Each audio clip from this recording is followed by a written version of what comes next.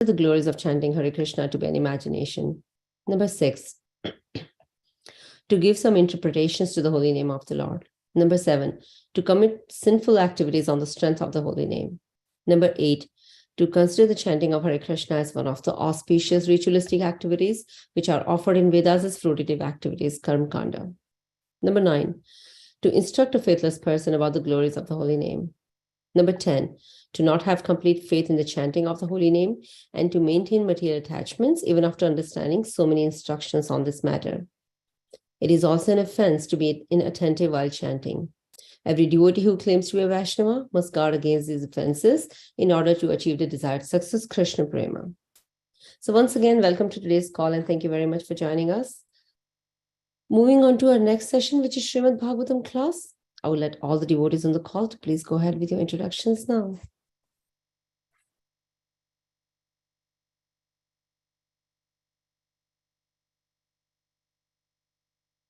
Hare Krishna, Lakshmi Mataji. Please accept my humble obeisances. This is Kamaliki Dasi from Baltimore. Hare Krishna. Hare Krishna, Mataji. Dandavat Pranam. All glories to Srila Prabhupada. Thank you so much for joining us today, Mataji. Hare Krishna. Hare Krishna. Thank you, Mataji. Hare Krishna, Mataji. All glories to Srila Prabhupada and Guru Maharaj. All glories to Radha Madhva. Please accept my humble obeisance to you and respectful Zoom devotees. I am Charalashmi from Malaysia. Thank you very much. And Hare Krishna, Mataji. Hare Krishna, Charana Lakshmi Mataji. Dandavat Pranam. All glories to Srila Prabhupada. Thank you so much for joining us today, Mataji. Hare Krishna. Hare Krishna, Lakshmi Mataji. Dandavat Pranam. All glories to Srila Prabhupada. This is Vinita Gandharvika Devidasi from Texas College Station. Hare Krishna, Vinita Gandharvika Mataji. Dandavat Pranam. All glories to Srila Prabhupada. Thank you so much for joining us today, Mataji. Hare Krishna. Hare Krishna, Lakshmi Mataji, all glories to Srila Prabhupada and Guru Maharaj. My humble obeisances to you and all the devotees. This is Krishna Kumari Devidasi from Rana. Hare Krishna, Krishna Kumari Mataji. Dandavat Pranam. All glories to Srila Prabhupada. Thank you so much for joining us today, Mataji. Hare Krishna.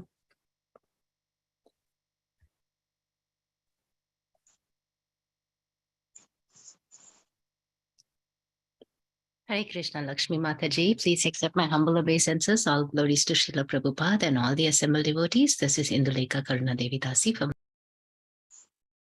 Hare Krishna, Indulekha Mataji. Dandavat Pranam. All glories to Srila Prabhupada. Thank you so much for joining us today, Mataji. Hare Krishna. Hare Krishna, Lakshmi Mataji. Dandavat Pranam. Srila Prabhupada Ki Guru Maharaj Ki Jai. This is Shama Gauri Devidasi from Charlotte. Hare Krishna, Shamagari Mataji. Dandavat Pranam. All glories to Srila Prabhupada. Thank you so much for joining us today, Mataji. Hare Krishna. Hare Krishna, Mataji, Lakshmi Devi. This is Sri Sapanishad Dasi. All glories to Srila Prabhupada, all glories to all the wonderful Vaishnavis. Hari Hari Bol. Hare Krishna, Sri Upanishad Mataji. Dandavat Pranam. All glories to Srila Prabhupada. Thank you so much for joining us today, Mataji. Hare Krishna.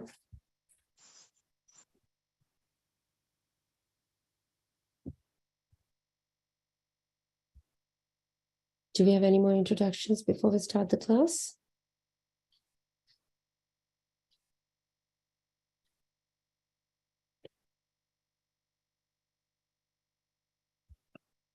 Hare Krishna. Welcome to Bhakti Sangha conference call. We are extremely fortunate to have His Grace Chaitanya Charan Prabhuji here with us today. And Prabhuji would be enlightening us by discussing Srimad Bhagavatam, Canto 6, Chapter 14, and verse 13 till 17. But before we dive into this nectarine class, I would like to share a brief introduction about today's speaker, His Grace Chaitanya Charan Prabhuji.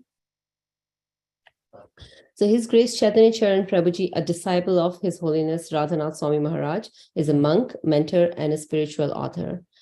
An electronics and communications engineer graduate, he worked as a software engineer in a prominent multinational software corporation, seeing the prevalent problems with stress, depression, addiction, and overall misdirection, all due to a lack of spirituality. He felt inspired to dedicate his life to the cause of sharing the spiritual wisdom of Bhagavad Gita.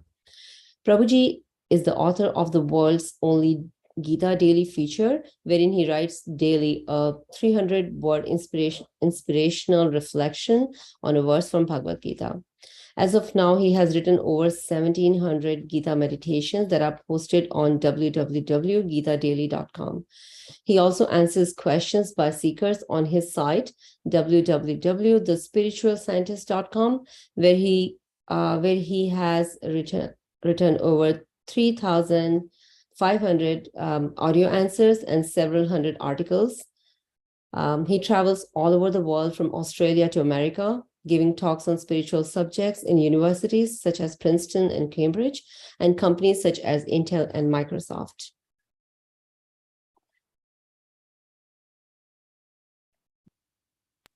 Hare Krishna Mataji. I think we can also read the verses. Is that okay, Shamagauri Mataji?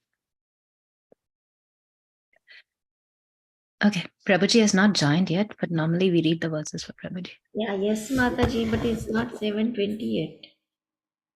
Okay, okay, Mataji, we'll wait. Yeah, we can continue introductions. Or Hare Krishna Mataji, Danvat Pranam, all glories to Prabhupada, all glories to Guru Maharaj, all glories to assembled devotee. This is Mohini Lakshmi from Detroit. Hare Krishna Mohini Lakshmi Mataji, Danvat Pranam, all glories to Srila Prabhupada. Thank you so much for joining us today, Mataji. Hare Krishna.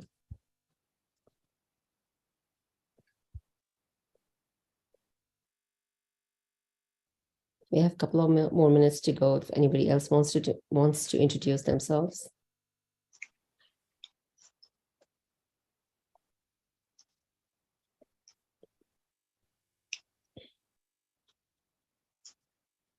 Hare Krishna, Dandavat Pranams. This is Mother Sri Upanishad.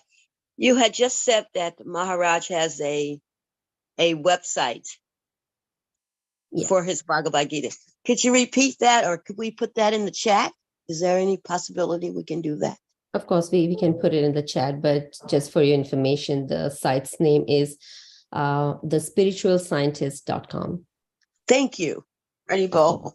Of course, and his inspirational quotes could be found on gitadaily.com, www. I'm going to put it in the chat as well. Thank you, Mataji. Hari No, Bol. Mataji.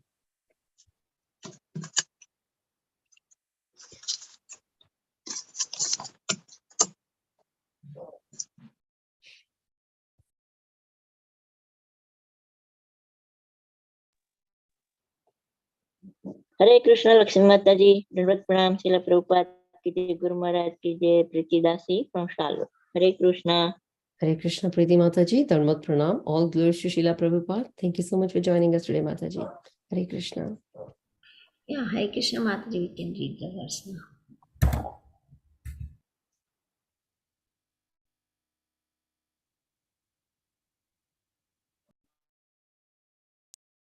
Hare Krishna, dear devotees, reading from Canto 6, Chapter 14, text 13 through 17. Natasya, Om Namo Bhagavate Vasudevaya, Om Namo Bhagavate Vasudevaya, Om Namo Bhagavate Vasudevaya. Text 13. Natasya sampada sarva mahishyo vamalochana sarvabhaumasya bhuscheyam abhavan priti hetava. Translation: His queens all had beautiful faces and attractive eyes, yet neither his opulence, his hundreds and thousands of queens, nor the lands of which he was the supreme proprietor were the source of happiness for him. Text 14. Tasye kadatu bhavanam Angira Bhagavan Rishi Lokan Anucharan Etan Upagachadya Drichaya. Translation: Once upon a time, when the powerful sage named Angira was traveling all over the universe, without engagement, by his sweet will, he came to the palace of King Chitraketu. Text 15. Tam pujayitva vidhivat pratyut narhanadibhi kritathi hayam upasitat sukhasinam samahita.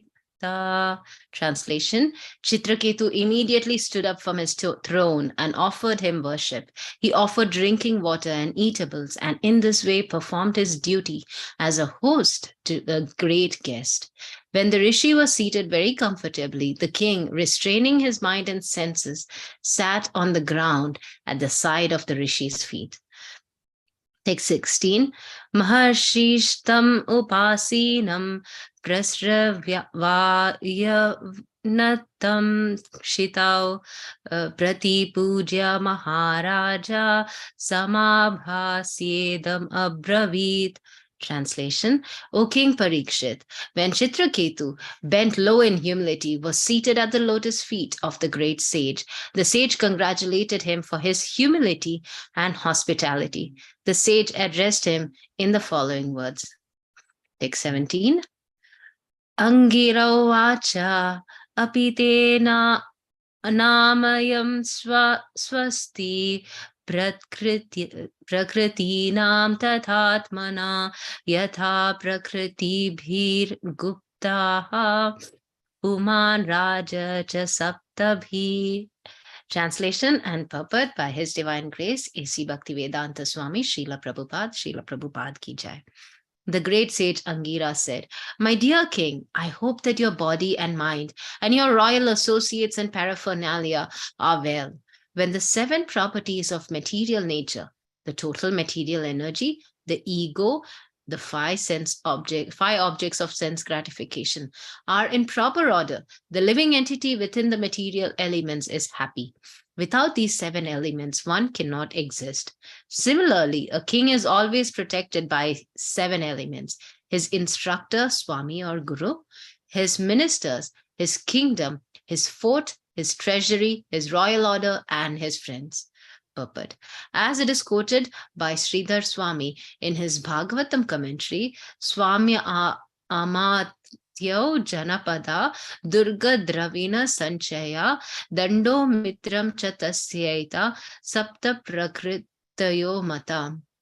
A king is not alone. He first has his spiritual master, the supreme guide. Then comes his ministers, his kingdom, his fortification, his treasury, his system of law and order, and his friends or allies. If these 7 are properly maintained, the king is happy. Similarly, as explained in Bhagavad Gita, Dehinosmen yata dehe, the living entity, the soul, is within the material coverings of the Mahatattva, ego, and Pancha Tanmatra, the 5 objects of sense gratification. When these 7 are in proper order, the living entity is in a mood of pleasure. Generally, when the associates of the king are quiet and obedient, the king can be happy. Therefore, the great sage Angira Rishi inquired about the king's personal health and the good fortune of his 7 associates. When we inquire from a friend whether everything is well, we are concerned not only with his personal self, but also with his family, his source of income, and his assistants or servants. All of them must be well, and then a person can be happy. Hare Krishna.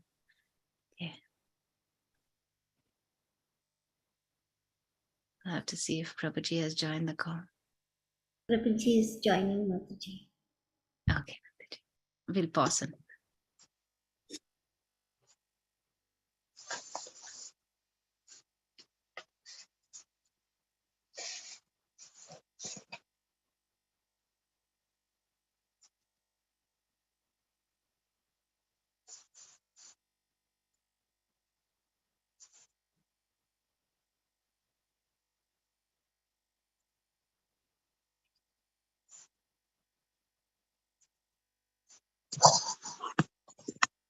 You want me to sing till Prabhu comes?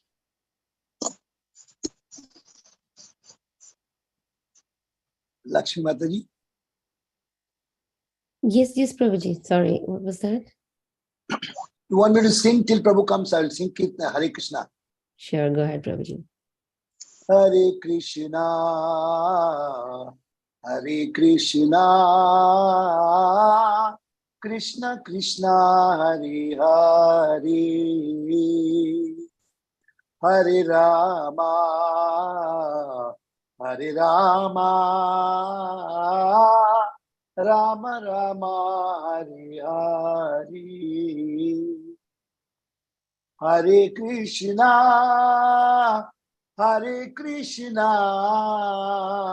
Krishna Krishna Hare Hare, Hare Rama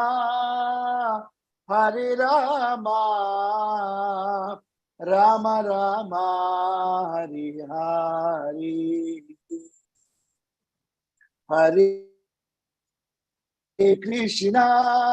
Hare Krishna Krishna Krishna Hare Hare, Hare Rama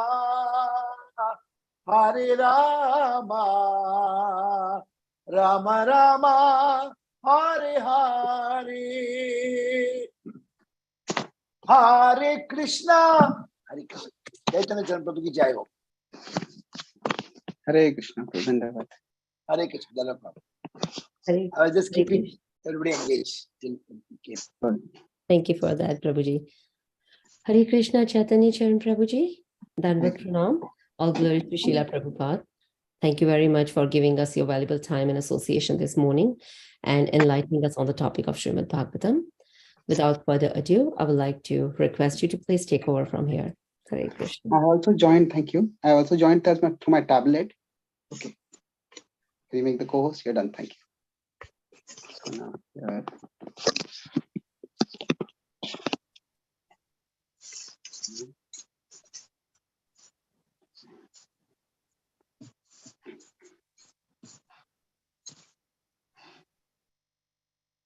Om Jnanatimirandhasya Jnananjanashalakaya Chakshurunmilitam Yena Tasmai Shri Gurave Namaha.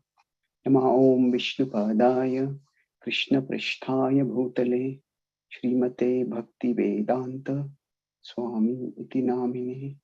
Namaste Saraswati Deve Gauravani Pracharine Nirvishesha Shunyavadi Paschatya Deshatarine Vancha Kalpatarubhyascha Kripa Sindhubhya eva cha Patitanam Pavanebhyo Vaishnavebhyo Namo Namaha. Jai Shri Krishna Chaitanya Prabhu Nityananda Shri Advaita Gadadhara Shri Vasadi Gaura Bhakta Vrinda. Hare Krishna Krishna Krishna Hare Hare.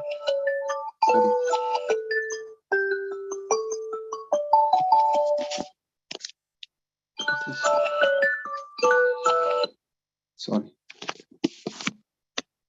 Hare Krishna Krishna Krishna Hare Hare, Hare Rama Rama Rama Hare Hare. Hare Krishna. So today I'll speak on the topic broadly of how concern for others' material life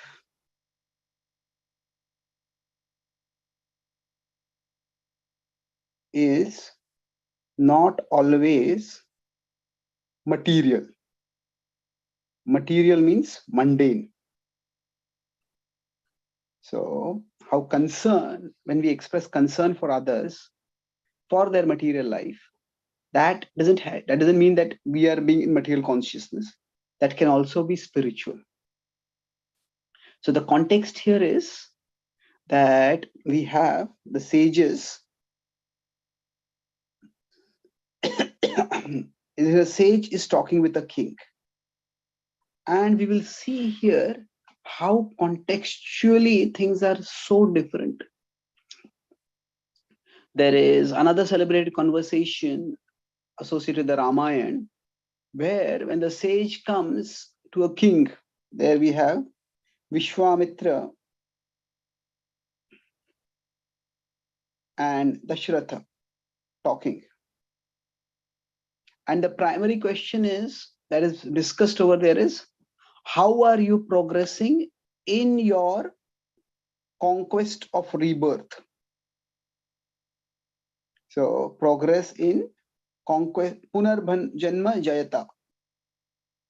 Now that is a relevant question for a transcendentalist, for a person who has more or less renounced the world and has focused on higher pursuits.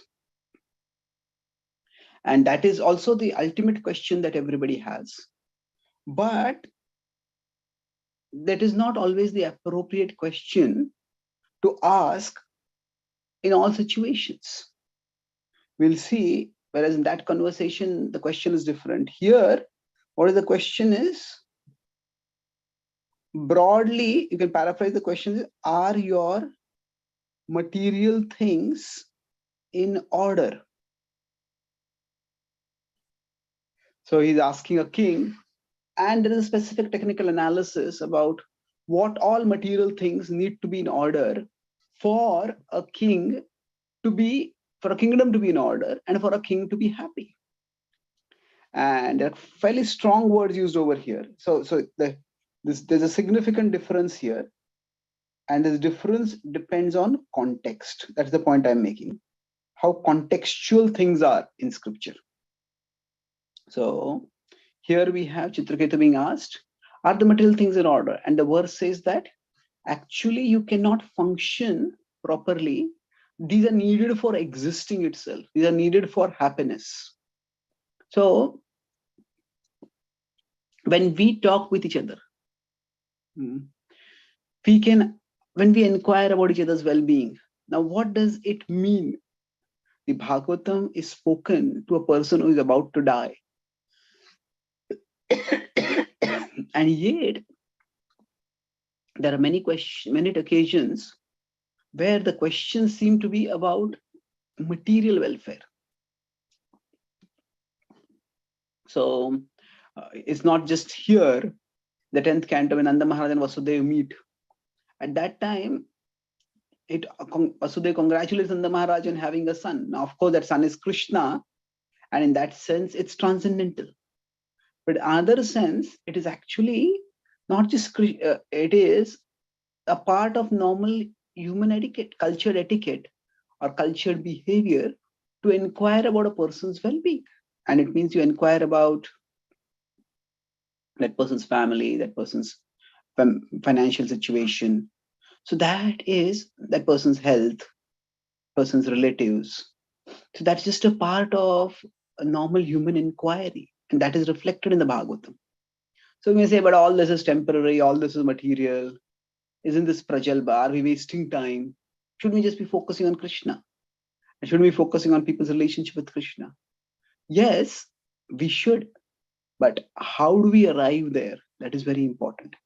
So I'll talk about 3 points in today's session, and I'll use the acronym REC, that when we are having a discussion with people, whether it is a one-to-one discussion, and especially if it's a one-to-one discussion with someone whom we are meeting, or it is also general discussion when we are trying to share spiritual wisdom in a social context, not in a formal teaching context.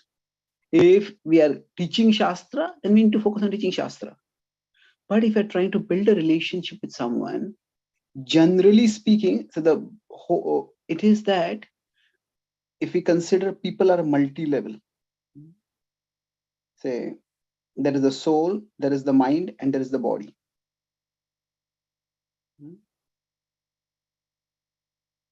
Now, let's say this is applies for us, this applies for others also. Everybody is a soul, a combination of soul, mind, and body.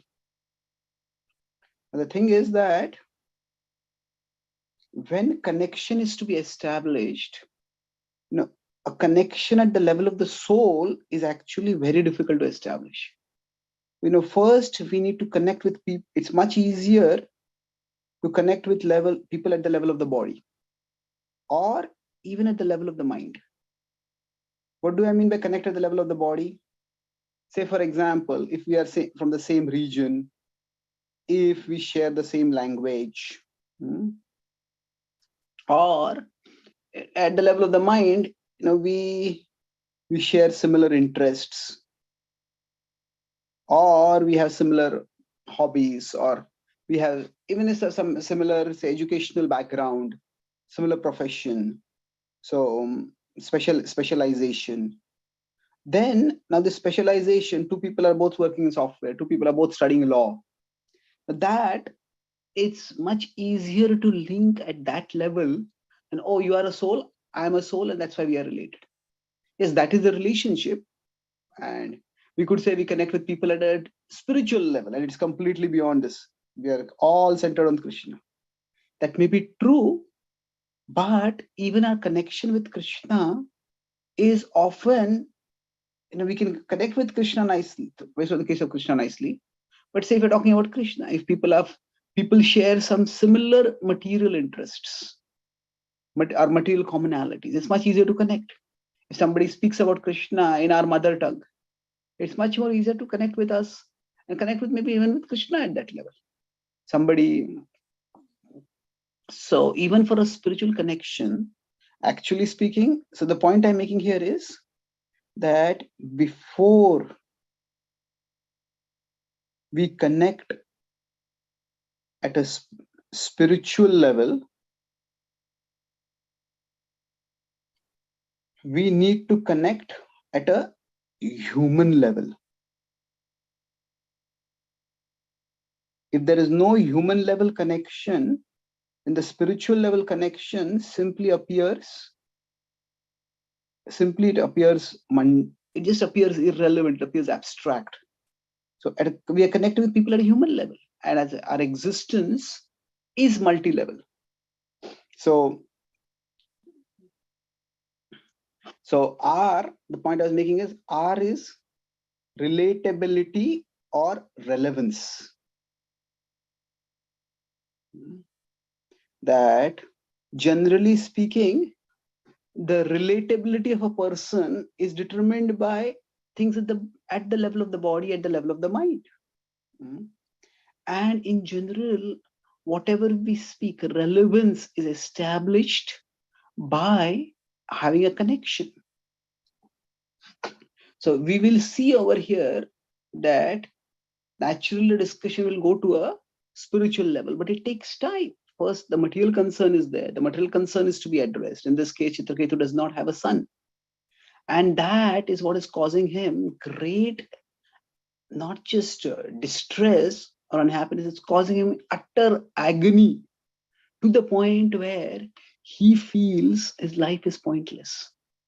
And at this point, when that concern is completely consuming his consciousness, then that is where concern has to be shown. So for example, if we consider this is the consciousness of a person that we are speaking to. Now, if their consciousness is filled with some concern, it might be just an immediate concern, it might be a material concern, but that has filled their consciousness. That now we might be wanting to offer them their ultimate concern, that is Krishna. But now, say, if we are here and we are trying to talk about the ultimate concern with them, but this ultimate concern will not find any place in their consciousness, because their consciousness is also filled. It's already filled with something else. So in one sense, when we want to, if we want to connect with people effectively, for the connection to be effective, to connect with people, what does it mean? Connect with people means that we should be able to connect. Say that those people are on the left side, and say if that person is here, and say we are here on the other side. Now it is for us to be able have the expertise to connect their immediate concern with with our concern for them, which is often centered on the ultimate concern. So this requires expertise. So if we only speak about, if somebody is going through some distress in life and you just spoke about philosophy, somebody says, oh, I lost my job. And I tell them, ultimately, you're going to lose everything in life. Life is temporary. Why are you worried about losing your job? Just chant Hare Krishna and be happy. Well, that is true at one level. What do you expect me to do? You expect me to starve till death? Do you want me to take a vow of starvation and keep chanting and die till then? Or do you expect me to do the same for my family? That's ridiculous. So if we don't come off as, if we don't seem to be addressing their immediate concern, then we will be irrelevant. We will come off as uncaring. We'll come off as uncompassionate. So sometimes, if we consider this to be 1, then 2 and 3. So generally for communication to be effective, for communication to lead to a connection, it will have to begin to some extent with 1. 1 means that we focus on their immediate concern. And then it is our expertise to find some intersection between the immediate and the ultimate. And then over a period of time, they will become interested in the ultimate concern. And then we may not have to talk about the immediate. So now in Srila Prabhupada, he focused on the ultimate concern. But Srila Prabhupada, when he would meet devotees, his disciples, he would often ask them, how is your health? Almost in his letters, hope this meets you in good health. Prabhupada says, you are ever well-wisher, but hope this meets you in good health. So at a human level, if we are to connect, we need to appreciate the immediate concerns. Now that does not necessarily mean we have to make it our full-time business to try to solve their immediate concerns.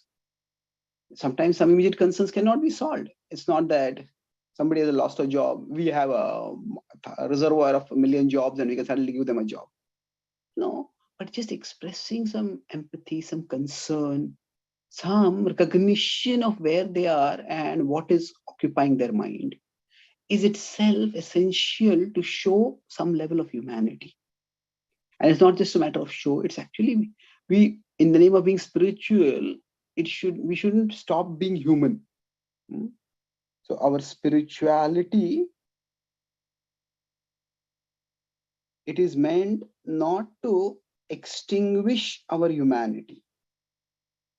That means there are normal human concerns and we're not meant to, it's not meant to be extinguished. I don't care for you. If somebody is sick and he says, you're not the body. Why bother about the body? Don't you realize you're not the body? Well, that would be hard-hearted. That would be alienating. So it is, our spirituality is never meant to extinguish our humanity. There is a basic human concern that is there. And that very much has to be something that is recognized and appreciated.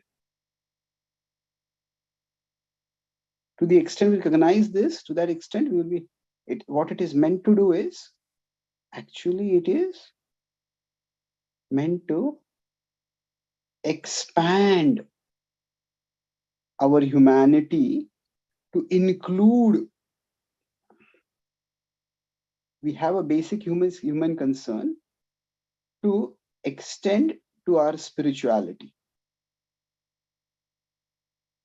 So we see the human as connected with the spiritual. So here we see this happening, that is asking about his ordinary life. And from that, gradually the discussion it will take time, but it will extend to the spiritual level in due course. Expand our humanity to extend to our spirituality. And Srila Prabhupada himself talks about realization.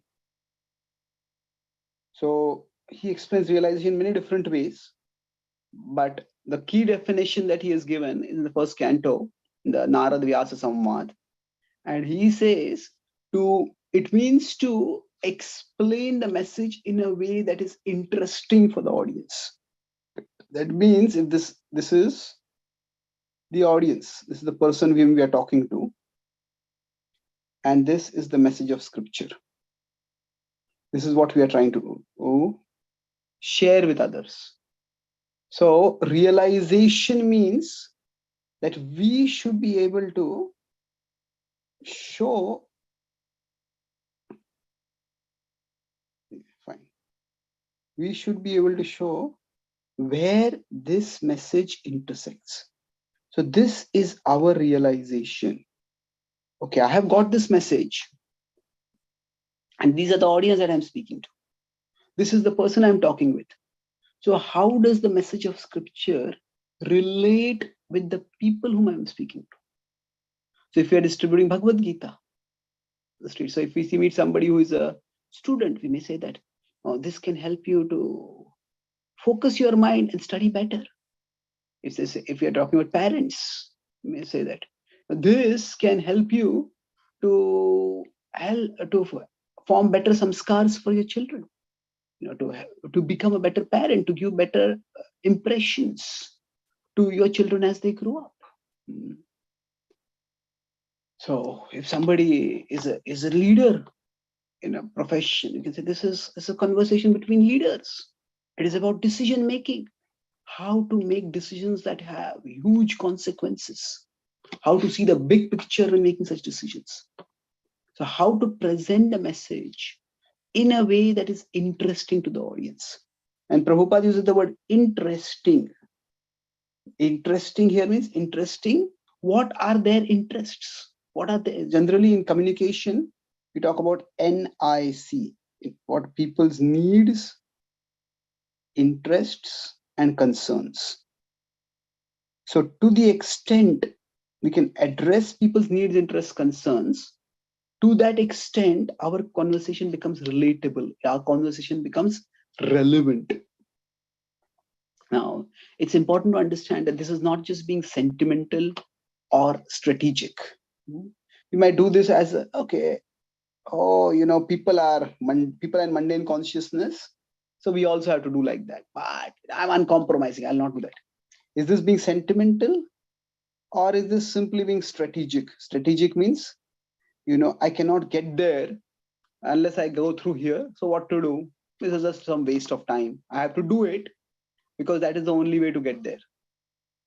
Well, it could be, but it doesn't have to be. If we have a very utilitarian attitude towards this, actually we need to see that this is also spiritual. Because ultimately, what is spiritual? That brings me to the second part of the discussion. I said I'll use the acronym REC. So REC. First R was relevance or relatability. The second E is effect or effectiveness. I'll read. What this means is that at one level, how do we determine what is spiritual and what is material? There are the spiritual material differentiation. When we try to do it, there can be two ways of doing this differentiation. One is by constitution or content. So what is something made of? So for example, spiritual is made of Sat Chit Ananda. Whereas material is made of the Pancha Mahabhuta. It is made of the 5 material elements. And that is okay in terms of philosophical terms. But often we use it, make the difference in terms of application. And how is it being used? Srila Prabhupada, when he would use a sound system, he would say that this mic, is it material or is it spiritual? He says it is being used in Krishna's service. So it is spiritual. It is something which has become spiritualized by the sound vibration. That is, it is being used. So if something can be used in Krishna's service, then to devalue it, to dismiss it, that is actually if to not see this applicational part, is Falgu Vairagya. So, Prapanchiktaya Buddhya Harisambandhi Vastuna. So if we have Hari Sambandhi Vastuna, there are things which are connected with Hari, but we have Prapanchiktaya Buddhya. This is all mundane. Then that is Falgu Vairagya. So Falgu Vairagya is so to not see the spiritual potential of things. So is it that the sound system is material till somebody speaks about Krishna to them? Krishna using that sound system. So suppose we buy a refurbished sound system. And before we bought it, was it material? And now after we start using it, it's spiritual. And then if we have the same sound system, and sometimes we have got some friends or relatives who are not devotees, we may use the sound system for a birthday party. And is it that one day, that previous evening when we had satsang program, that sound system was spiritual, and now when we are having a birthday party, it has become material? It's not like that. It is a matter of the vision of how it is being used. There is spiritual potential in everything. And to the extent we see the spiritual potential, we appreciate, it is our vision that is spiritual, and that object becomes spiritualized thereby. So when we consider the effect of something. So if talking with people about their immediate or material concerns, if the effect of it is that it opens their hearts, it helps us bond better with them, it helps us, the effect is that people become more spiritually receptive, then that is desirable. That is what will actually be of influence. So it is so. And Srila Prabhupada was asked, how do we know your followers? Prabhupada could have said, he was asked by a reporter. So he was asked basically, what is your followers' defining characteristic? That's what he's asking. How do we know your followers? Now Prabhupada could have said so many things. He could have said they wake up in the morning, they chant 16 rounds, they follow the 4 regulative principles. Prabhupada could have given so many of devotional qualifications, but Prabhupada did not do that. What did Prabhupada say? He said that they're perfect gentlemen and ladies. So basically Prabhupada gave more of behavioral, you could say almost it's sattvic behavioral. That they are cultured, they're gentlemanly, they behave in a way that is respectable, responsive, responsible. So that's sattvic. And in fact, this is what Prabhupada was saying. It is following what Krishna says. If we consider in the Gita, chapter 12, verses 13 to 20, where Krishna gives the characteristics of the devotees that endear a devotee to him. Krishna doesn't say over there, one who chants 16 rounds and worship the deities, one who goes to the holy places. No, Krishna says one who is compassionate, one who does not agitate others by their speech, one who does not get agitated by others' actions, one who is calm, one who is helpful, one who is kind, one who is gentle, one who is expert, Daksha. So Krishna, in one sense, is giving material characteristics. But that's why sometimes when we differentiate, so this is spiritual and this is material. So the spiritual material differentiation itself is an inadequate differentiation. Because rather than thinking of it only as spiritual and material, yes, there is spiritual, but then within the material, there are many things. There is sattva, there is rajas, and then there is tamas.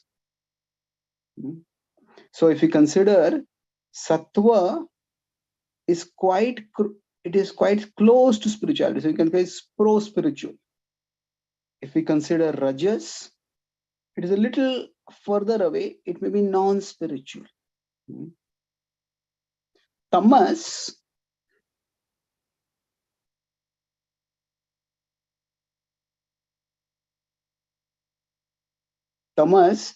may be anti-spiritual.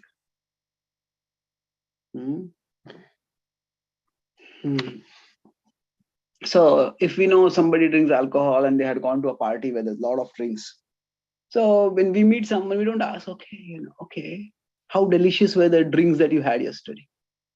That would be tamasic. We don't have to discuss that. But to consider everything material to be just material, one thing alone, that's almost like a Mayavadi vision. Mayavadi vision is to reduce everything to a non-differentiated oneness. But the whole idea of Vaishnavism is to be able to differentiate. Mayavadi vision is to say everything is one. So everything is one. In this case, everything not directly connected with Krishna is material. That is also effectively a Mayavadi vision. So the idea is that everything is not equally Maya. There is different things. There are different levels of spiritual connectability in things. So to the extent we understand that, say, when we are asking about a person's welfare, Sattva Guna is associated with maintenance. And if you're asking, okay, how is your health? How is your family? How is your job? We are basically asking about at a basic human level. It's a sattvic cultured inquiry. And that is what will help us to be effective. So it is that because these material things affect our spirituality also. So not only is that these material things, they're applicable in the sense that material things can be used in Krishna's service, but also the material, even if you consider material and spiritual as a serious difference, but still the point is that the material has an effect on the spiritual. If somebody has just lost their job, how effectively can they focus on their chanting at that? We can tell them to pray to Krishna, depend on Krishna, but that is a certain level of anxiety. If somebody is at home, their relationship is crumbling, and it's a vital relationship is in a great state of conflict and uncertainty. At that time, tell them to focus on Krishna. Yes, they can try to. Certainly, they should try to take shelter of Krishna at that time. But that has an effect. Maybe they need someone to talk with at that time. And then we provide them that it brings certain level of calmness. And then we can focus on Krishna. So the material affects the spiritual. One devotee once wrote a letter to Prabhupada saying that he was serving Krishna big time. Sometimes Prabhupada would say that sleeping is just a waste of time. And he said, just focus on serving Krishna, sleep less. That Prabhupada did say that at times. But there's other times, Prabhupada writes in this letter to a devotee that if you don't take care of your health now, Prabhupada says that if you don't take care of your health now, you won't be able to serve Krishna in the future. Even if you are very enthusiastic, you won't be able to serve Krishna. Why? Because the body will have broken down. Prabhupada was completely dedicated to Krishna's service, but still Prabhupada took time to have massage every day, to go out for morning walks. He did what was required in his situation to take care of his health. So the material affects the spiritual. And that is why, and we need to be also not just dismiss, have a radical black and white. This is spiritual, this is material. And when I'm saying this, it is not just in a didactic sense. I have myself learned this the hard way. I've always been very philosophically interested, and I would just talk with people about philosophy. And if somebody is not interested in philosophy, I'll just not talk with them. But then I realized that not only were my relationships with superficial, but I was also not being of effective service. Then I started observing, interacting with, I traveled sometime with senior devotees. When they would go to places, how they would not just in the past, I also traveled with devotees, but when I traveled with devotees, I would just hear their classes and then go to my room and do my work. But then I would spend after the classes, what do they do when they spend time? They go to somebody's house for prasad. I would observe what do they do. And then I noticed that that is the time when the major bonding happens. And so how we connect with people at a one-to-one human level is what actually leads to a connection at a spiritual level. So then I have revisited most of the interactions that Srila Prabhupada's disciples remember. Not all, but most, many. They are about Prabhupada's personal sweetness, his kindness, his humanity, his humility. And while Prabhupada is himself very saintly, but it's not necessarily how Prabhupada gives such a powerful class. That is the sweetest memory for his disciples. If we hear Prabhupada's memories, it is often these that enter into their hearts. So we see, so that brings us to the last point. C, I was talking about acronym, completeness. Completeness means that we can't say that if people are, say there's the body, there's the mind, and there's the soul. So if this is the person on this side and I am on this side, we can't say I am concerned only for your soul. And I have no concern for your body. I have no concern for your mind. Because I am a spiritualist. That is an incomplete vision. It is, completeness means to understand that the embodied soul, we are souls, but presently we are embodied souls. And that means the embodiment matters. Of course, the embodied soul matters more, no doubt, but the embodiment matters. And that is why in the same Vedic tradition, among the 6 Vedas, or 6 Vedic branches of knowledge, Upangas, we have one of them is Ayurveda. Why? Now we may say, and the Vedaishcha sarvair ahameva vedyo. It's all meant for Krishna, to know Krishna. Yes, that is true. But the embodied condition also matters.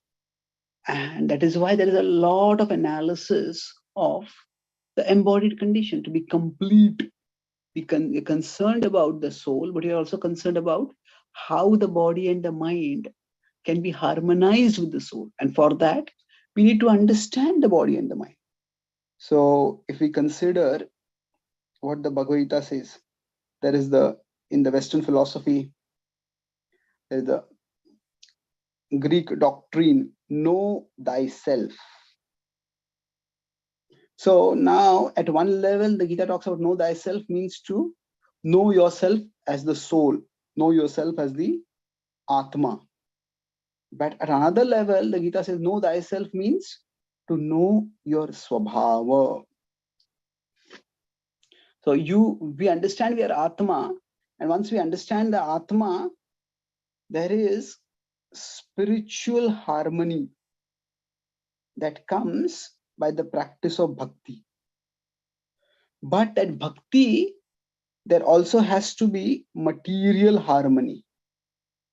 Material harmony means harmony with our psychophysical nature.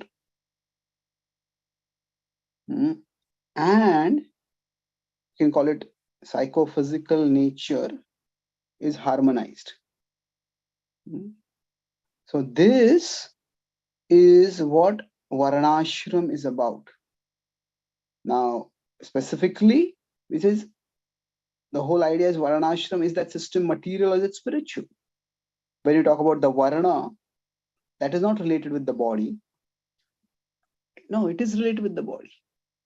I mean, the ashram is actually related with the body. Grahastha, Vanaprastha, Brahmachari, Sannyasi. This has got nothing to do with the soul. That's why Mahaprabhu famously says that, when he's talking about the spiritual level, he says, Naham Vipro Nachandarpati, Napi Vaishyo na Shudro. He says, I don't belong to any of the ashramas. I don't belong to any of the Varnas. Naham Varani Nachagrahapatir. Vanastho Yatirva. Kintu prodyan nikhila paramananda parama purnamrutabde gopi bhartur padakamalayo dasa dasanudasa.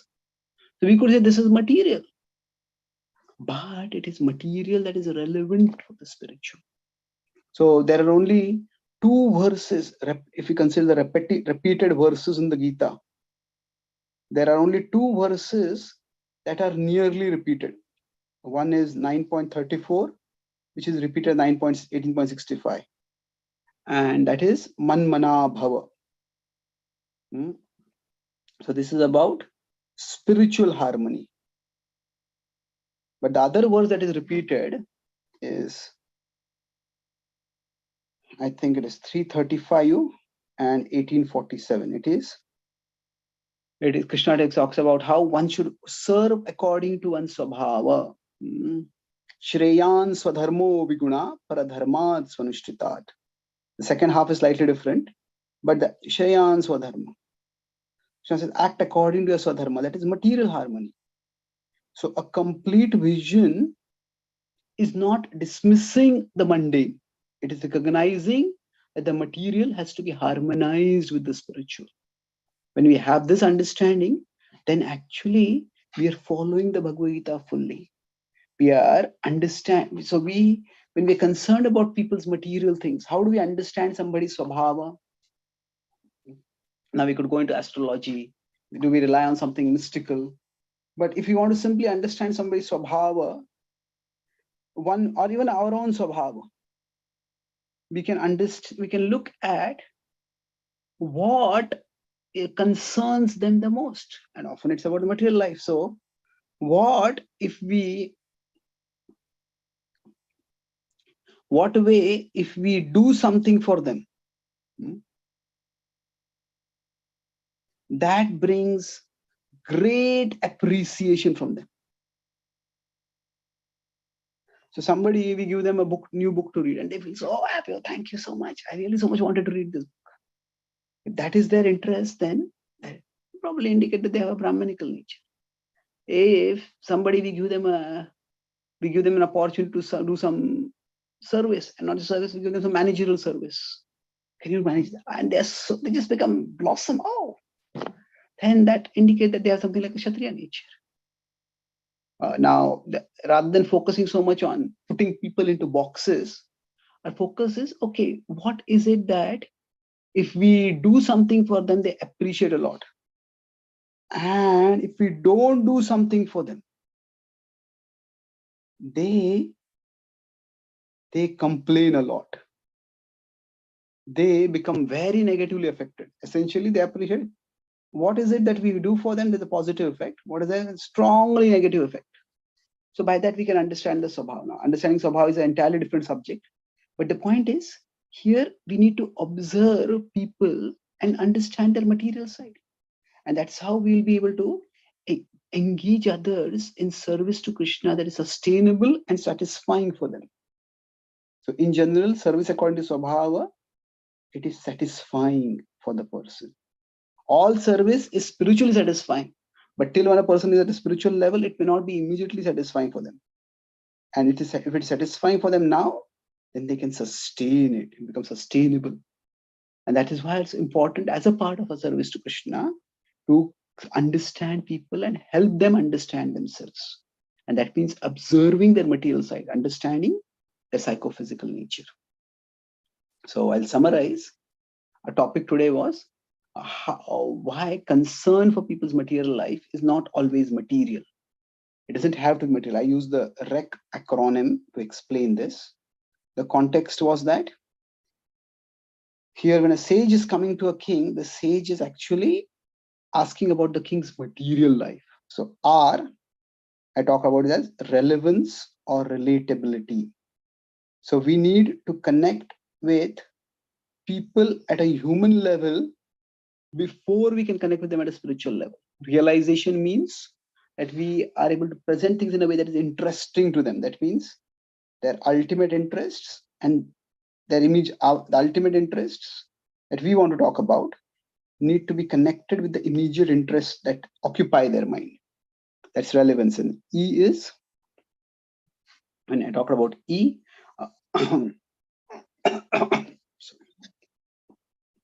So the focus was on understanding that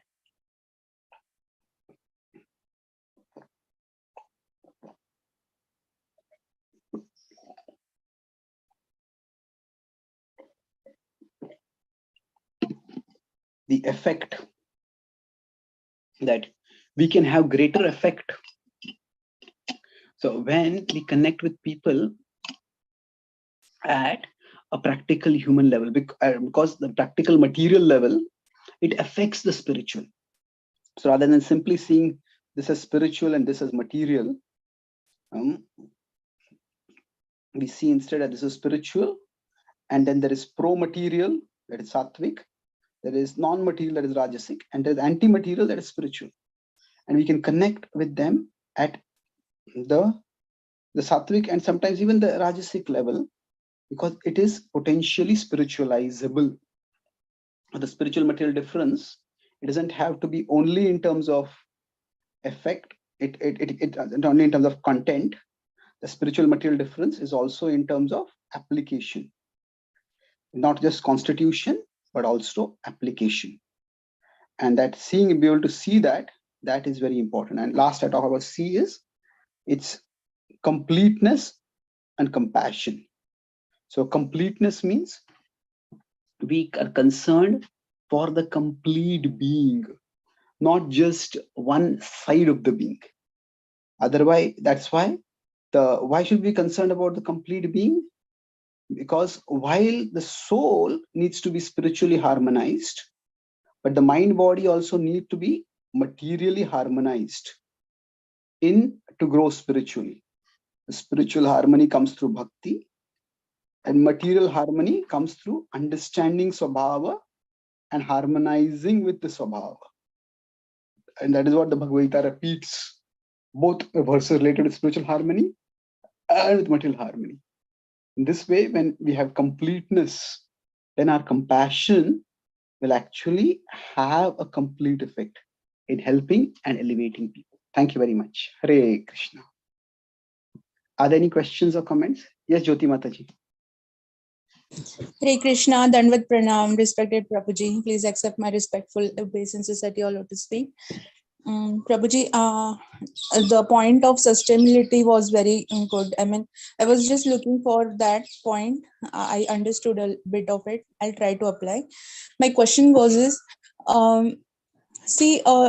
there is a need of astrology in some point or the other in our life, because there are a lot of crises and there are the situations which are beyond our control. So being in devotion, even though we understand that the Bhagavad Gita and the devotional process, even though it is a practical, after being chanting for 2 years, still we in the middle of crisis we tend to find out the solutions when the situation is out of control.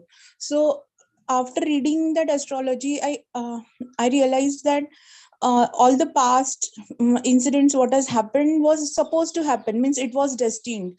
And then the future is also, means now I'm trying to conclude that the future is also destined. Then what the bhakti is going to actually do to us?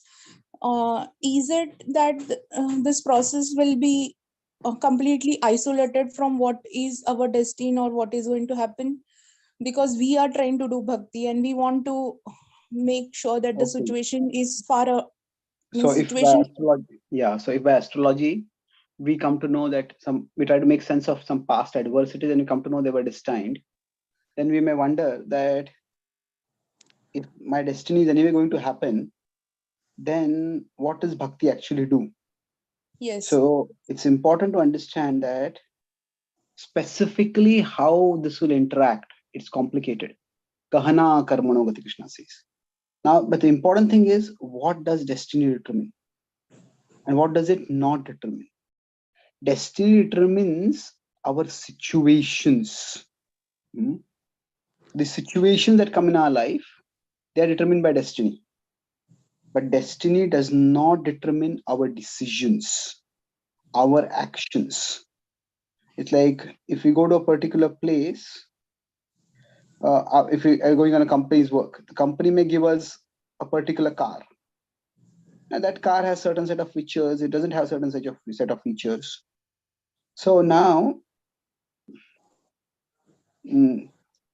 that we can't control. That is the kind of car we have got.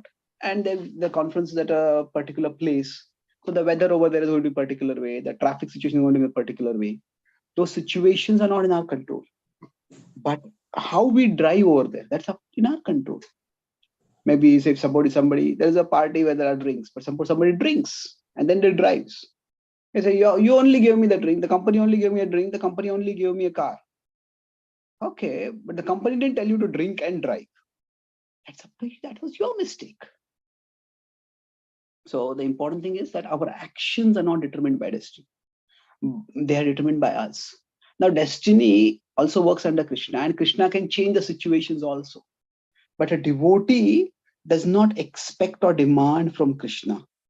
When we focus on our bhakti practice, now that can change the situations also. But what does so change due to bhakti practice? So what changes? Now changing situations, that is in Krishna's hands. And he can do it. When he will do it, how he will do it, we don't know. But changing actions, actually we can be empowered to do that. Empowered by bhakti. And in that sense, say we were supposed to meet with an accident by destiny. But if we have been practicing bhakti, we are relatively conducting ourselves sattva-guna, we are driving carefully, and then we see from that side, a person is driving in a very jerky way. Maybe that person is drunk and that person is barreling towards us. Now, if we are also driving recklessly, we are driving negligently, then we crash headlong into that car, and the impact is much more. We notice and we move our car aside, and that same person is coming, that person hits us, but they hit us in a way that the impact is much lesser. So that's just a mundane example. But just being able to make better choices can significantly reduce the impact of the destined negative situations. So by destiny, maybe I'm in a relationship and that person with my relationship is going to go through something and they're going to become very angry with me. They're going to be very unreasonable. They're going to be even behave in terrible ways. But that's a phase. Maybe that phase will go in a week, a month, or whatever. If at that time I also become angry, I also become violent, that whole relationship may crumble. But if I can be a little patient, not that we take abuse in the name of patience, but we're just patient, we are try to be kind, that phase goes and things can be restored. So bhakti can change the situations, but a devotee does not demand that. Bhakti can change our actions, and that is something which we can pray to Krishna for. Krishna, please guide me. How can I serve you in this situation? And sometimes this question, how can I serve you? That can seem very abstract. Okay, I'm going through this situation where, say, my relationship is crumbling, or somebody, a loved one, is going through a health situation.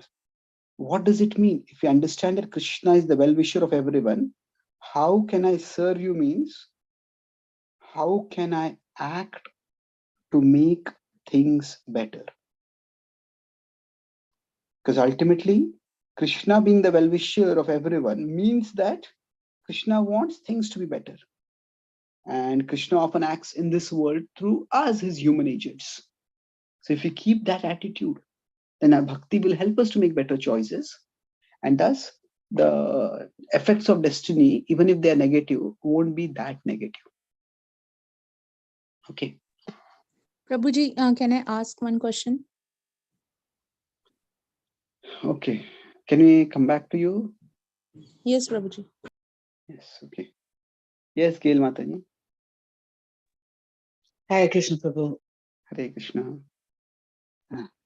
Yeah, I'd like to go back to your analogy of the microphone that is sometimes used for birthday party celebrations, sometimes used for preaching purposes. So it seems that whether something is material or spiritual has two factors, you know. a functional factor and I don't know if the word should be ontological factor. So constitutional, that's the word I use. Okay, go ahead. Ontological. Composition, yeah. So so whether, regardless of the purpose for which the microphone is being used, right? It is always compositionally material, is it not? Yeah, that is one way of differentiating it. And that's why there is, in the broad Vedic body of knowledge, if you consider the Vedic body of knowledge, there are two approaches. There's the Vedanta approach, which is a radical matter spirit differentiation, that everything material has to be given up and we have to turn toward the spiritual. That's why I say in the Advaitic Sampradaya, which claims to be Vedantic, they say your real spiritual life begins only after you take sannyas. Till before that, it's all like a practice run. So, but there is also Tantra. Now, the word Tantra has a negative connotation, but that is only because of one kind of Tantra, which involves which claims that everything material can be used. So even they say that sambhog to samadhi. You have sex and through sex you go spiritually. Well, maybe, but that is sex done for procreative purpose. But they say any kind of sex, it's all spiritual. That Tantra has a negative connotation. But Tantra has the idea that material can be used to go to the spiritual. Now, Bhakti incorporates both elements. Bhakti has a Vedantic aspect, but Bhakti also has a significant amount of Tantra aspect. Deity worship is Tantra. It is the Lord manifests through matter to give us opportunity to reach Him.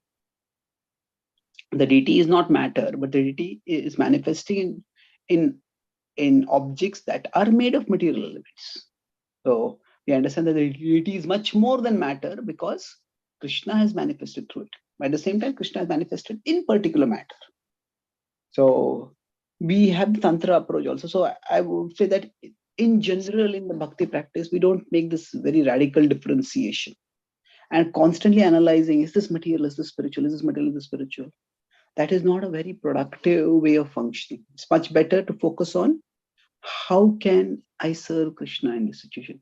How can this be used in Krishna's service? So, that viveka buddhi, that differentiation will matter in spiritual, that discernment is important, but more important than discernment, if you consider bhakti, discernment is important, but much more important is service attitude. So we focus on the service attitude, and then we don't really have to worry too much about whether this is material or whether this is spiritual.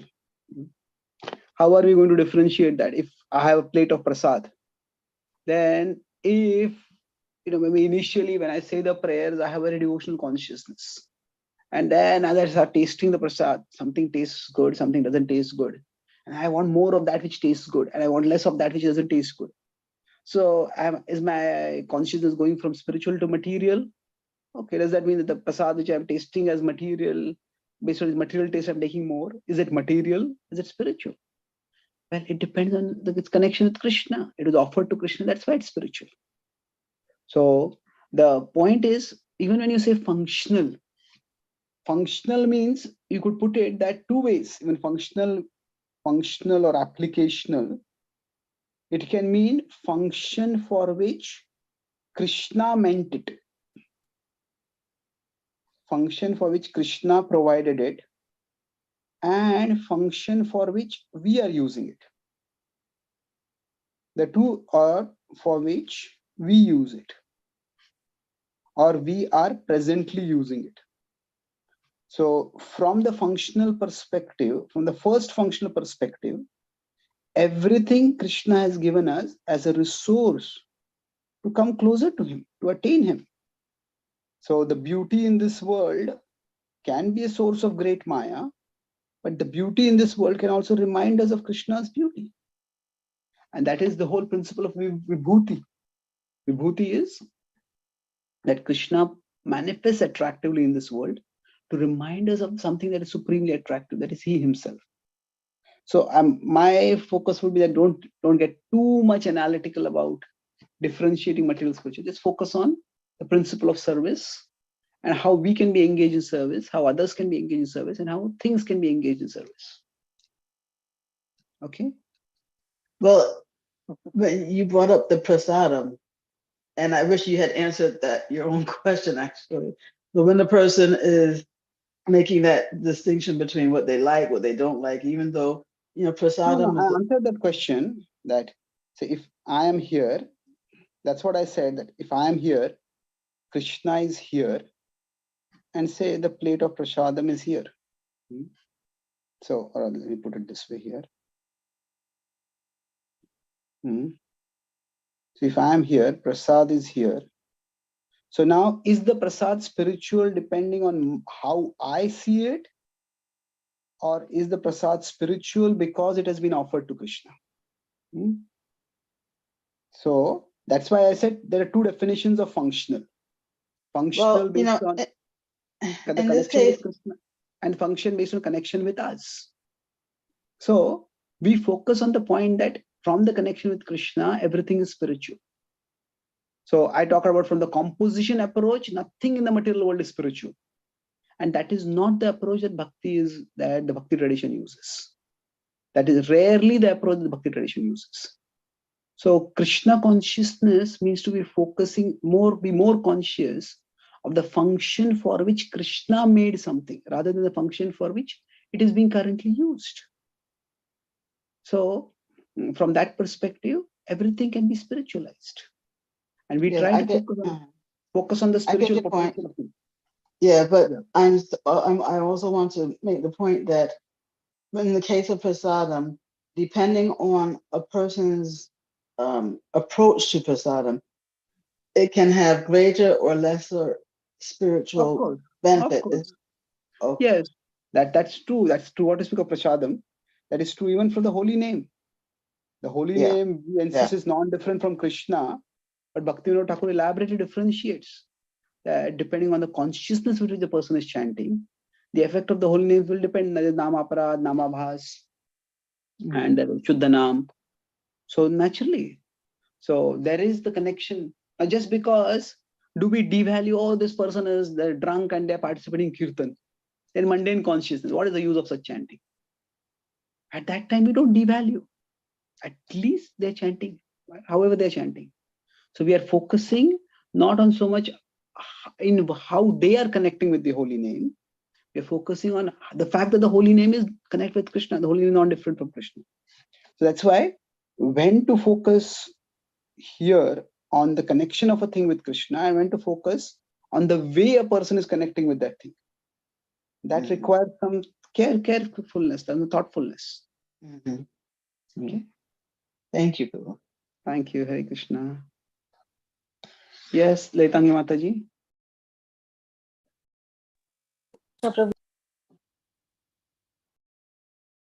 Yes.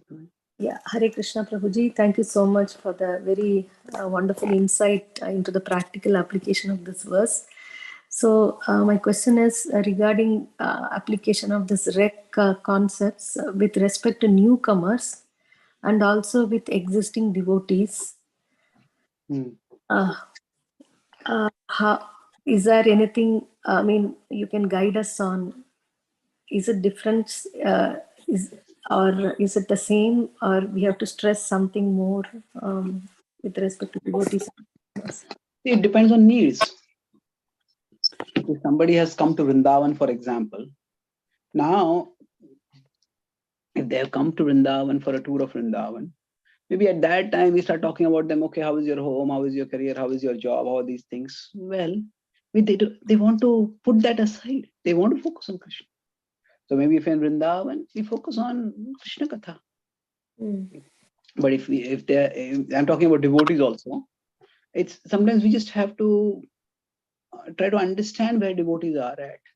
And if there's some major thing going on in their life, then we need to spend time on that. Generally, as we focus more and more with devotees, as we connect more and more with devotees, the Guhyama Akhyati Prichyati will be more and more centered on Krishna. So we could say that in principle, for new people, their consciousness is going to be more on the mind-body thing. And that's why we'll talk more about that. when we are focused on, we're talking with senior devotees, we'll focus on Krishna more directly. But it doesn't have to be necessarily like that. Sometimes new people may also have a lot of spiritual interest. That's the fourth category of people, Jnani, Krishna says. And even devotees may sometimes have time. There may be situations when they have to go through a lot of material upheavals. So it's almost like yatha mam prapadyanti. We try to understand where the person is at. And rather than having a rigid principle, we try to reciprocate. Okay. Yes, Prahlad Prabhu.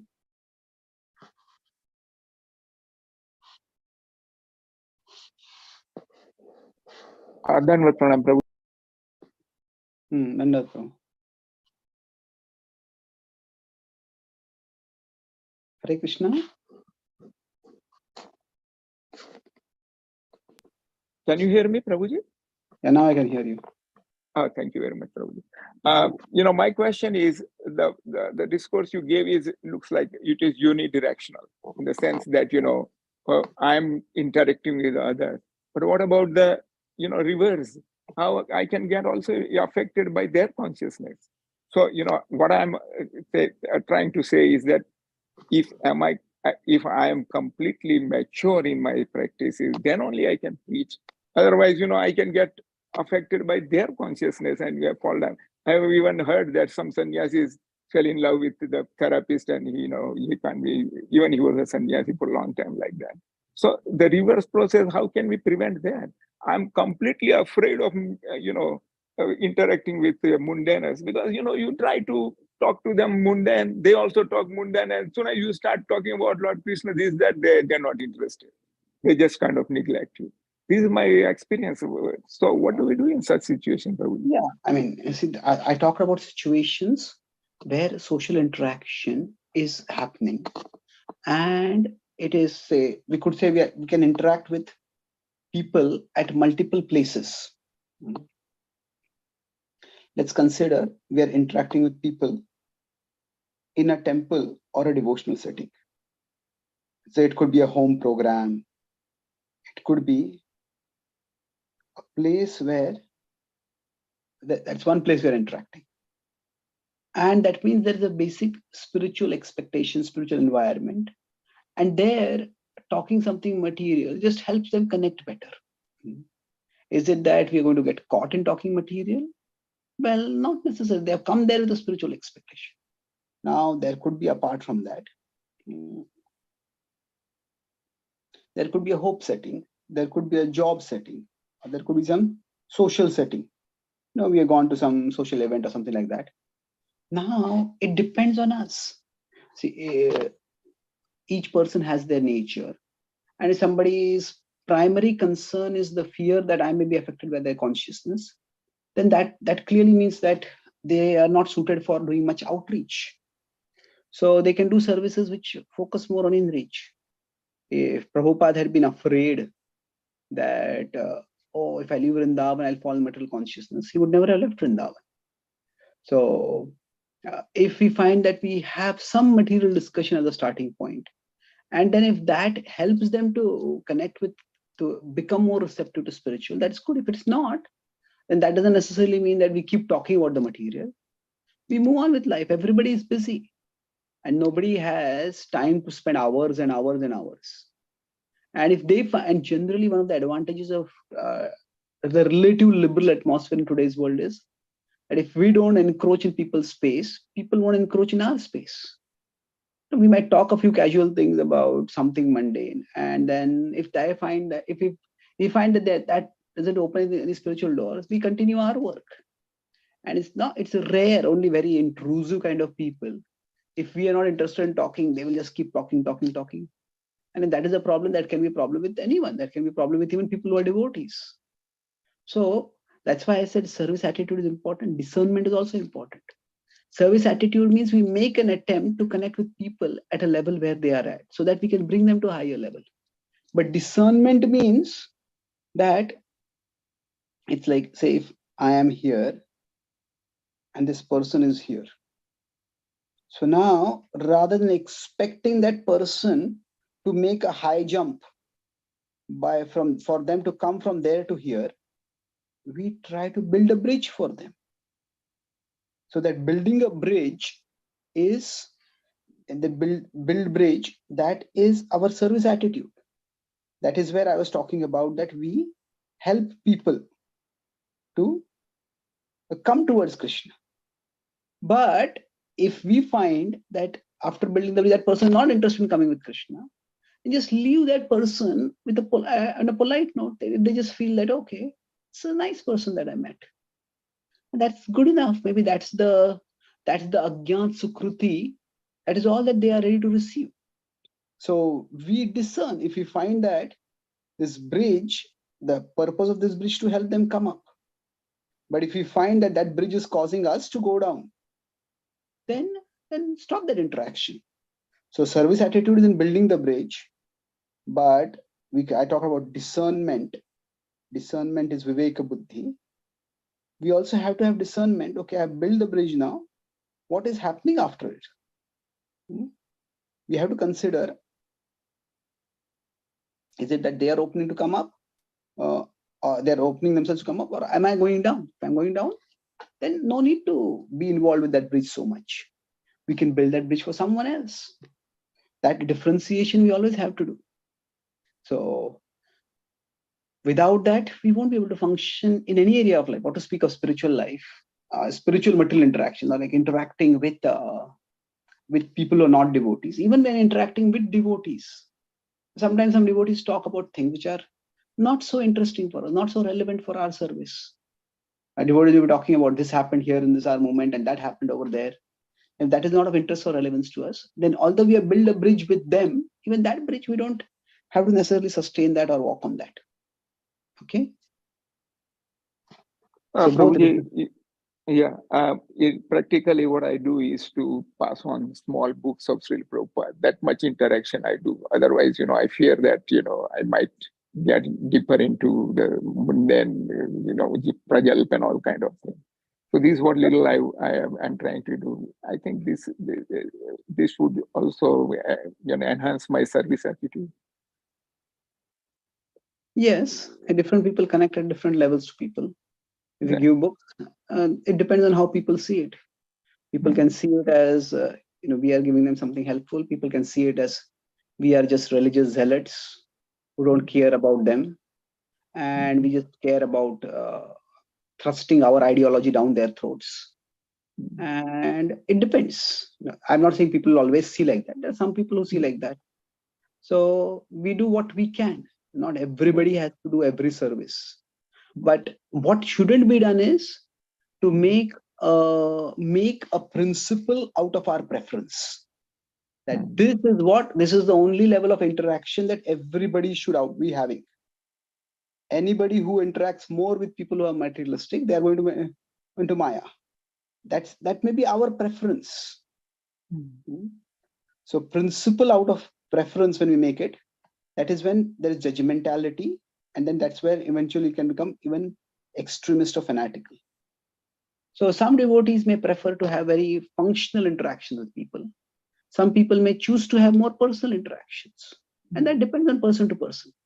In this case, there is no right or wrong about how each individual should function. I'm talking about the principle. The principle is that most people will rise from the material to the spiritual. And that means we have to go to the material level to help them rise to the spiritual level. But if you're going to the material level and we're sinking over there, that's the danger which obviously has to be avoided. Okay. Thank you. Yes, Sukhakar Krishna Prabhu. Thank you very much, Prabhu. Hare Krishna. Hare Krishna. Chaitanya Charan Prabhu, you told in the end, you told that understanding psychophysical nature, is that Prabhupada has taught us that when we go and meet devotees, we should find out what is their likes and dislikes, just gel with them, become their friends, and then talk about things which they like. As you said, if they like their Brahminical, then give them books. Or if they want, if they're more of leadership nature, give them some management. Like that, you have to first open out their heart and find out their likes and hobbies, like that. Then only start not just please them that take this bead chant. So is that a comment or a question?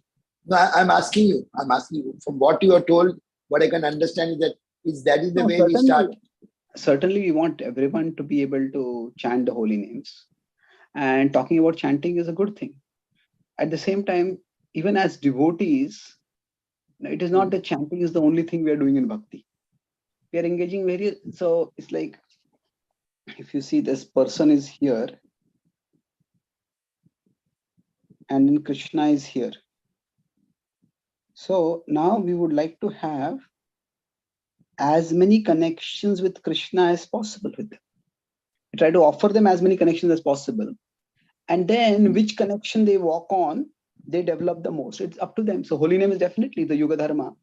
Holy name as a connection needs to be given. But if that is the only thing we are giving, and if they are not interested, then there will be no link with Krishna. So in one sense, from our side, we can observe, and we can say, we can give them some kind of, if somebody likes music, we connect them with some Hare Krishna Kirtan. If somebody likes some motivational talk, we can give something is devotionally motivational. Some talks with devotees are given like that. Somebody likes some katha, some nice entertaining stories, we can give them some Mahabharata, Ramayana, Bhagavad stories. So like that, we offer them multiple connections, and then we see where they connect. So it's not that we don't give the holy name. Certainly that's not the point. It's that we offer them multiple connections, and it's like we explore by offering multiple connections. And then we see which they are more interested in, which they reciprocate with. Okay. Ultimately give them prasadam, that will make them happy too. Yeah, I think that is a connection which works with everyone, almost everyone. So Krishna is all attractive. The manifestation of Krishna's all attractiveness, that is all attractive. Right now also is Krishna Prasad. Prabhupada's movement was known as Prasadam movement. Somebody used to say that. Yeah, the kitchen religion, as it was called. Thank you, Prabhu. Thank you very much. Thank you, Prabhu. Yes, Sri Shobhasiti Mataji. Hare Krishna. Hare Krishna. Thank you so very much for your wonderful, wonderful explanation on how to continue to please Krishna. I wanted to ask you about two verses that you had wrote. I think it was 934 and 1865. And yes. The other one was that from the Srimad Bhagavatam? No, both were Bhagavad Gita. Sri Krishna and the Bhagavad Gita. Okay, so, yeah, those two, but you did 335 in 1847. Is that all of them from Bhagavad Gita? Yeah, that is, I can just check whether it is 46, 47, 48. Maybe one of them, someone can check and tell also. Shreyan for Dharma Vigunitis. Jai. Hari Bol. Thank you so very much. Hare Krishna. Thank you. Happy to be of service. Yes, Jyoti Mata, you conclude with this.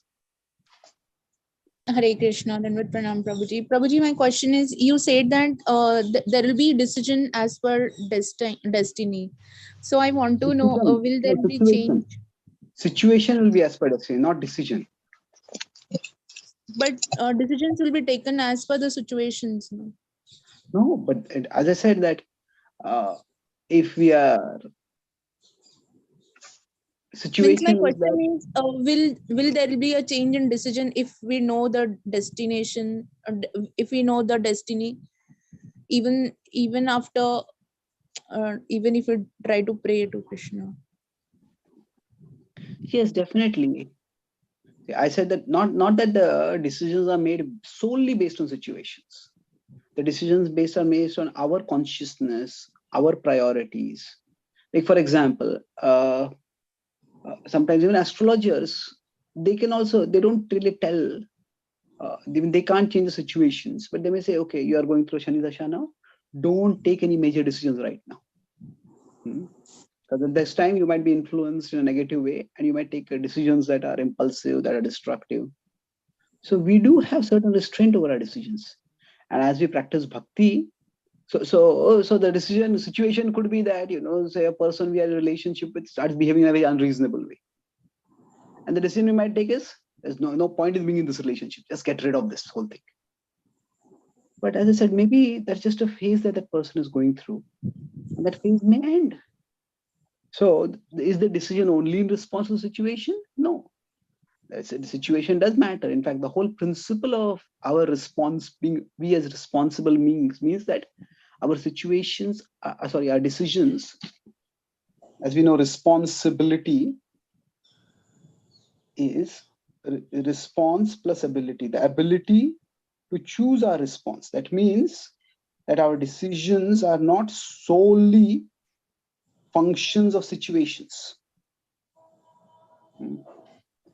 That our decisions are not solely, they're not solely determined by functions of situations. Rather, they are also functions of the decisions that we make. They are determined also by our values. They are determined by our priorities, our principles. So many things matter in our decisions. Situations are certainly one factor, but it could be our values. The same person in a similar provocation, one person might just break down themselves, another person might just break the other person down, a third person might just break the relationship, the fourth person might become stronger and wait for that other person to change, and the relationship also becomes stronger. So what it changes is bhakti, it strengthens our values. And when our values are strengthened by bhakti practice, then that can reshape our decisions. Does it address your question? Yes, Prabhuji. About the intrapersonal, about the psychophysical nature you said, is there any particular book on that? I don't think anything has been written till now. On Urmila Mataji has written the book, writing a book on career dharma. It will come out soon. So she had given it to me to read. So it's quite a good book. So I think devotees are writing. If you search on my website, The Spiritual Scientist, also for understanding nature, you will find some talks on that topic. Okay, Prabhuji, I want to add a little bit. One of my friend who used to come to just listen once or twice, I was trying to share my bhakti, the devotional experience, then a sort of preaching. Then she met an accident, and her means there was a hole nearby her eye, right eye, and then we. As we got to know about it, we immediately rushed to the hospital, and she was out of danger. Very soon she's still recovering. Then we took her this case to the astrologer, and we asked. So he told that she was about to die, and then he told that she will die, and she was supposed to die, and there is nothing beyond that. So how we should take it? Now she is very serious about bhakti, as I was telling her very sincerely, like you should do all this. Then is this a real mercy of Krishna Bhagwan that he took care of her? Certainly we can see it like that. That's anukul to bhakti. So if that astrologer is saying that it was a accident, it was meant to be fatal, and if that has not happened, then definitely we can see a divine intervention, a divine hand in that. And we, as you're rightly doing, you're encouraging her to practice bhakti. That's a very positive thing to do, rather than simply feel traumatized, or why does accident happen to me? That this is a second chance for living that I have, and it has been given by divine mercy. Let me use it properly. That's a very auspicious way of looking at things. So, but after accident, she is practicing devotion with very sincerity, and I am understanding that I am not that sincere enough, even though I understand why it is happening. So, Prabhuji, is the crisis deteriorating me on a mundane level? I'm not able to uplift my my devotional practices. Sometimes I'm very down because of all this crisis. Try to find there are different kinds of crisis also.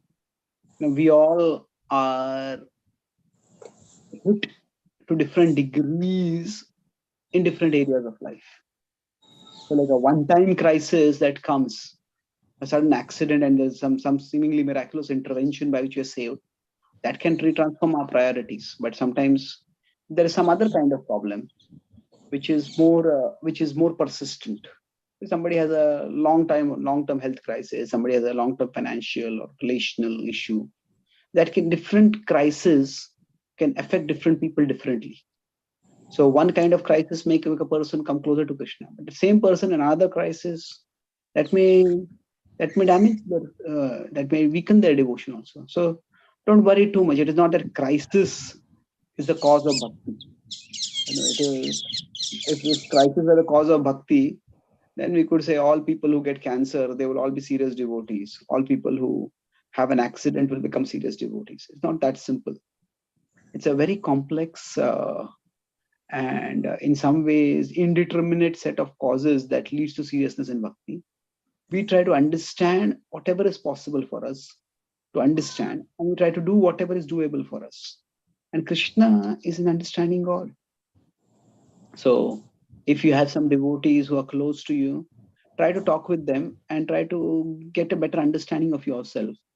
Okay, what exactly is going on in our mind, in our life? And how is it affecting my devotion? What exactly, when I say I'm not being serious about bhakti, what does it mean for me?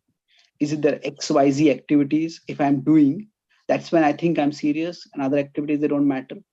So if that is the case, then what is stopping me from those XYZ activities? Like I said, there are multiple connections with Krishna. Sometimes my attention level is going very down, Prabhuji. I'm not able to, my attentiveness level is gone down. I'm not attentive while chanting also. That's okay. That's a universal problem for everyone. Try to hear something about the holy name, its glories. Try to hear something about the glory of Krishna as a person. And then try to dwell on that when you're chanting. So instead of, say, if this is the holy name, and if our mind can't focus on the holy name, the mind goes all over the world. Yes. But instead of that, if this is the holy name, and around that is something connected with Krishna, it could be Leela, it could be Tattva. So hear something directly connected with the holy name, so that even if the mind doesn't focus here, can't focus, at least let it go here, let it go here. You give it some range of directions. So what we try to do is, rather than making it 1-0, we try to create some boundaries for our mind. Okay, the mind can't focus on the holy name, let it focus on something connected with Krishna at least. Have some pastimes, a picture around you, and try to hear about that pastime. And then you contemplate on that pastime while you're chanting the holy names. That's not as good as directly focusing on the sound of the holy name, but that's better than simply letting the mind wander. So it doesn't have to be 1-0. We try to provide ourselves the help that we need. That way we can refocus. Thank you very much. Thank you so much. Hare Krishna. Hare Krishna. Bhagavatam Jai. Jai. Jai. Jai. Jai. Chaitanya Charan Prabhu ji ki jai. Jai. Jai.